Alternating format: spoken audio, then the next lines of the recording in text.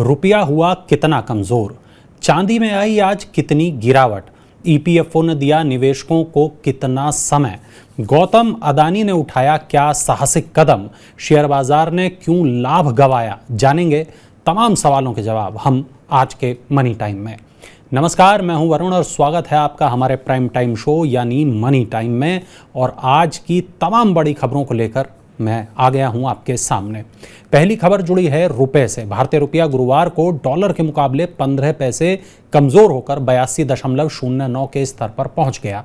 कच्चे तेल की कीमतों में तेजी की वजह से रुपए में ये गिरावट आई है। घरेलू शेयर बाजार के कमजोर होने का भी असर रुपए पर पड़ा है। महंगाई के ताज़ा आंकड़ों के इंतजार में निवेशक सतर्क रुख के साथ कारोबार कर रहे हैं। दूसरी तरफ अमेरिका में महंगाई के आंकड़ों में गिरावट की वजह से डॉलर को समर्थन मिला है। आज चांदी के दाम में भारी गिरावट आई है। वैश्विक बाजारों में कमजोर रुख के बीच दिल्ली सराफा बाजार में चांदी की कीमत 1650 रुपये लुढ़क कर 75,950 रुपये प्रति किलोग्राम रह गई।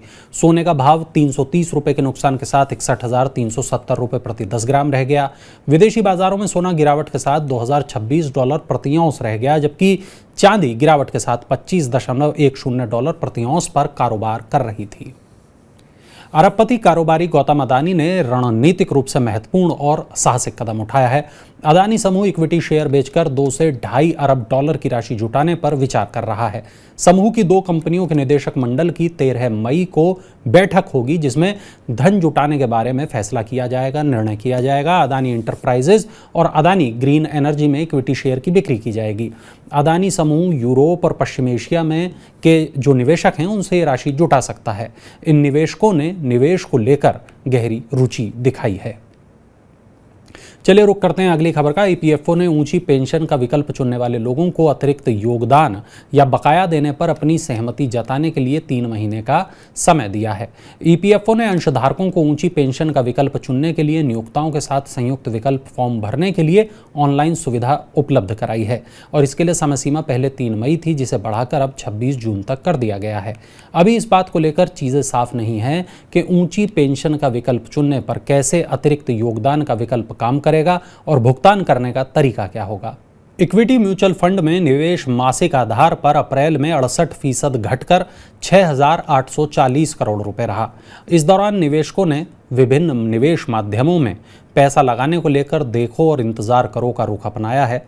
Association of mutual funds in India के मुताबिक ये इक्विटी वर्ग में निवेश का लगातार 26वां महीना था। मुख्य रूप से छोटी और मझोली कंपनियों के जरिए ये निवेश आया है। कुल मिलाकर 42 कंपनियों वाले म्यूचुअल फंड उद्योग में अप्रैल में 1.21 लाख करोड़ रुपए का निवेश होने से इसमें जबरदस्त सुधार देखने को मिला है। उतार चढ़ाव भरे कारोबार में शेयर बाजार ने गुरुवार को शुरुआती लाभ गंवा दिया। बीएसई सेंसेक्स 36 अंक टूटकर 61,904.52 अंक पर बंद हुआ। कारोबार के दौरान ये एक समय 62,000 अंक के पार पहुंच गया था। नेशनल स्टॉक एक्सचेंज का निफ्टी भी 18 अंक की गिरावट के साथ 18,297 अंक पर बंद हुआ। कुछ प्रमुख कंपनियों के कमजोर तिमाही परिणाम से घरेलू बाजार पर नकारात्मक असर पड़ा है। निवेशक शुक्रवार को जारी होने वाले महंगाई आंकड़ों का भी इंतजार कर रहे हैं।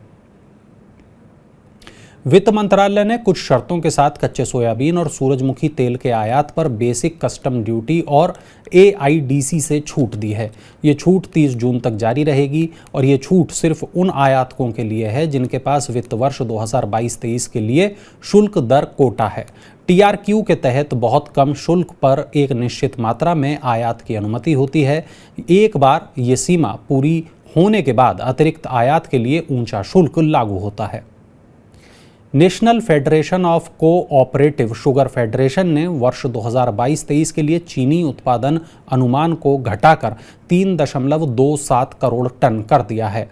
पहले उसने 3.55 करोड़ टन के उत्पादन का अनुमान लगाया था। संशोधित चीनी उत्पादन अनुमान हालांकि विपणन वर्ष 2021-22 में 3 करोड़ 59 लाख टन के वास्तविक उत्पादन से 8.88% कम है।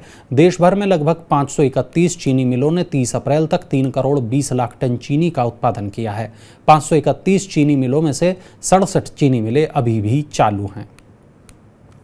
5 करोड़ रुपए से अधिक के कारोबार वाली कंपनियों को 1 अगस्त से B2B लेन देन के लिए इलेक्ट्रॉनिक इनवॉइस निकालना होगा। अभी तक 10 करोड़ रुपया अधिक के कारोबार वाली इकाइयों के लिए ई इनवॉइस जरूरी था। वित्त मंत्रालय ने कारोबारों के बीच लेन देन के लिए ई चालान निकालने की सीमा को 10 करोड़ रुपए से घटाकर 5 करोड़ रुपए कर दिया है और यह व्यवस्था 1 अगस्त से लागू हो जाएगी। ऑनलाइन गेमिंग इंडस्ट्री को बड़ी राहत मिली है। कर्नाटक हाईकोर्ट ने गेम्सक्राफ्ट को मिले 21,000 करोड़ रुपए के जीएसटी नोटिस को रद्द कर दिया है। Director general of GST intelligence ने ऑनलाइन गेमिंग प्लेटफॉर्म गेम्सक्राफ्ट को 21,000 करोड़ रुपए का नोटिस दिया था। अब अगली खबर पे आगे बढ़ें उससे पहले मैं बता दूं कल हेलो मनी 9 में क्या कुछ होगा खास।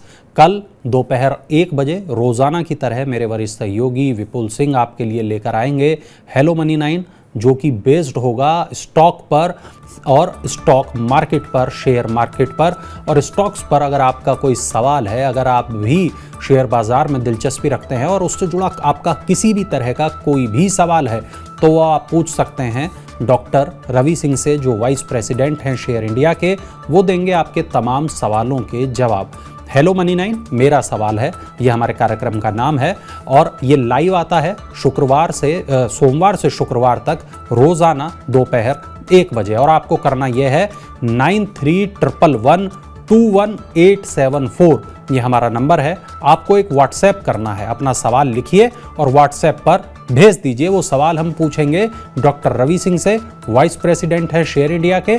तो अगर आपका कोई सवाल है स्टॉक्स पर, शेयर मार्केट पर, शेयर्स पर, किसी भी तरीके का कोई भी सवाल, वो आप पूछ सकते हैं इस व्हाट्सएप मैसेज के जरिए।